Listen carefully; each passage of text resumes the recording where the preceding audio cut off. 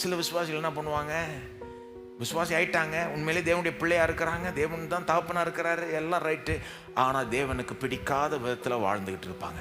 சரி, நான் சொல்றது பாவத்தில் அப்படியே நிலைச்சு செய்யற பாவத்தை அப்படியே செஞ்சுக்கிட்டே இருக்கிறது. அப்ப நான் கேட்கிறேன், அந்த மாதிரி ஒரு வாழ்க்கையை வாழ்ந்துட்டு இருக்கா, தேவனுக்கு பிரியம் இல்லாத காரியங்களை ஒரு விசுவாசி தொடர்ந்து செய்துட்டு இருப்பான், ஆனால் அவனுக்கு கடவுளோட இருக்கிற ஐக்கியம் எப்படி இருக்கும்? கடவுள்கிட்ட நெருங்க முடியாது, அவன் நெருங்க மாட்டான். அது அப்படிதான். அவர் நம்முடைய தகப்பன், நாம் அவருடைய பிள்ளை, அது மாறவே மாறாது. அவர் நம்மளை ஒருபோதும் விரட்ட மாட்டாரு. ஆனா என்ன பாதிக்கப்படும்? ஐக்கியம். அப்படிப்பட்ட விசுவாசிக்கு அவருடைய பிரச்சனத்தை உணர முடியாது. ஏன்னா இந்த பாவம் ஒரு தடையாயிடுது. பாவம் கடவுளுக்கு சாக்கடமை. அதில் அப்படியே தொடர்ந்து ஈடுபட்டுக்கிட்டு கடவுளோட நெருக்கமாக அவருடைய பிரச்சனத்தை உணரணும், அவருடைய பிரச்சனத்துடைய ஆசீர்வாதம் அனுபவிக்கணும்னு நினைச்சோம்னா நாம நம்மளே வஞ்சித்துக் கொள்கிறோம். அது நடக்க முடியாது.